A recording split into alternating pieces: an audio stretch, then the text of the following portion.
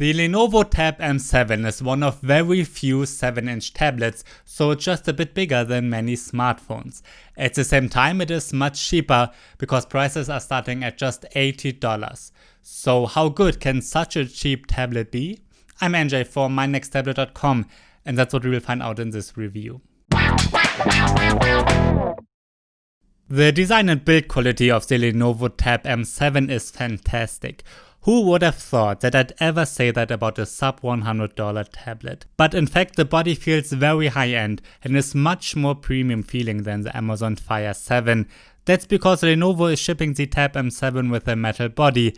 Yes, there are some small plastic bezels around the screen and on the top and bottom, but most of it is metal. It is quite light with a weight of 236 grams and it is 8.25mm thick. Again, it might sound a bit weird, but the build quality really is excellent in this price range. Okay, but actually that's mostly the end of me praising it. The other features are typical for a cheap tablet.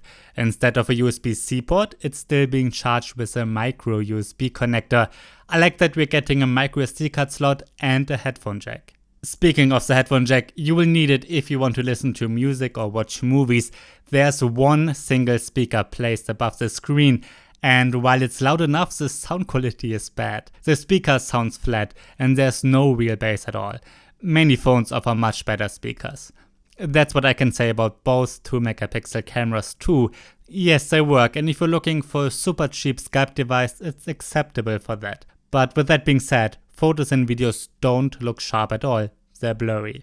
The Lenovo Tab M7 has a 7-inch screen with an aspect ratio of 16:10.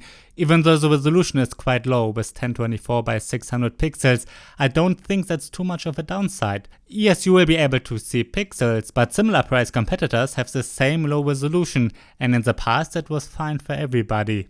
I like that the viewing angles are wide enough to see something when looking from the sides. It is an IPS screen. Other aspects like color reproduction, contrast and brightness are okay. It's not a top performer regarding any of those aspects of course, but the screen is much better than the one of the Tab E7 from last year.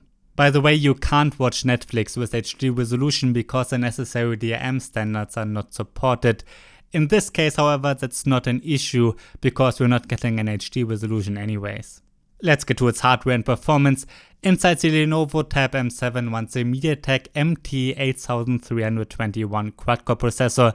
You will be able to choose between 1 to 2 GB of RAM, as well as between 8 GB, 16 GB or 32 GB of internal storage. Well, these are the options in some countries. I'm using the version with 1 GB of RAM and a 16 GB internal storage, which is the only one available in Germany right now. You can see in my benchmark comparison that the performance of the Tab M7 is very bad. It scores worse than the cheaper Amazon Fire 7. Benchmarks like Antutu that test the graphics performance don't work. The performance in real life is as bad as the benchmarks suggest.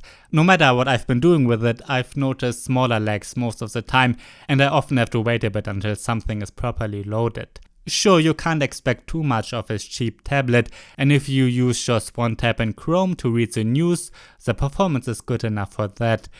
Reading emails works fine too, and sure, apps like the Kindle Reader run great, and YouTube is usable. Its UI is not always super smooth, but I've been able to watch videos with it comfortably. Just don't have too high expectations. While you can watch HD videos in this case, I noticed occasional lags when watching with this resolution. It is very disappointing that its performance is too weak for basic multitasking. During my time with this tablet, I've never had the feeling of using something fast. Sure, you can surf the web a bit and watch some Netflix, all of that works, but you will see smaller stutters quite often, and if something is not immediately loading, it can be frustrating. The Tab M7 is not a gaming tablet of course. Very simple games do run however. I played Badland Brawl and Apple Knight and both run great. Other games like Fortnite are not supported though. On the Lenovo Tab M7 runs Android 9 Go Edition. The Go Edition is a less demanding version of Android that does not require as powerful hardware. It's still Android, and if you used Android already, you will feel right at home. However, compared to normal Android, there are some missing features. There's no split screen view, for example. That means you can't open two apps side by side, but the performance would be too weak for that anyways. There are several changes like these, and instead of normal Google apps, there are some Go versions of those apps pre-installed. Among those is Gmail Go, Google Maps Go, and the Assistant Go. These are simpler versions with fewer features that run better on weak platforms. If you want, you can install the normal versions using the Play Store, but they don't run as well. In the case of Chrome and YouTube, we do get the full versions. Lenovo did not customize the UI at all, which is great. We're getting pretty much vanilla Android 9 Go. In addition to those Google apps, there are a couple of standard ones pre-installed like a calculator, the camera app and the Dolby Audio app, but that's it. Since this is a super cheap device, I don't expect it to ever get Android 10 Go. Lenovo is pretty bad with updates in general. Still, I like the software. It's a good decision from Lenovo to use Android Go, because the operating system itself runs quite smoothly.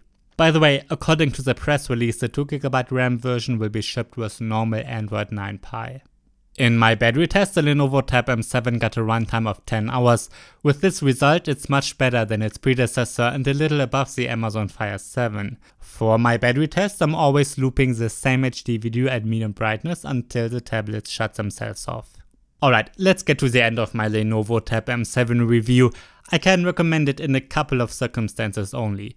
If you want to spend as little money as possible and prefer pure Android, this is one of the few options to get. And it can be a decent choice if you need it for simple tasks only. For surfing the web and reading emails or for watching YouTube for instance. But it's important that you know that you will have to make compromises in this price range. The Tab M7 has quite a lot of potential. Its build quality is fantastic and the screen and battery life are great at this price too. Both cameras and the speaker are bad, but that's to be expected. Its major downside is the slow processor and the 1GB RAM version. For about $10 to $20 more, you can get much better performing tablets. Let's check out some alternatives. A direct competitor is the Amazon Fire 7.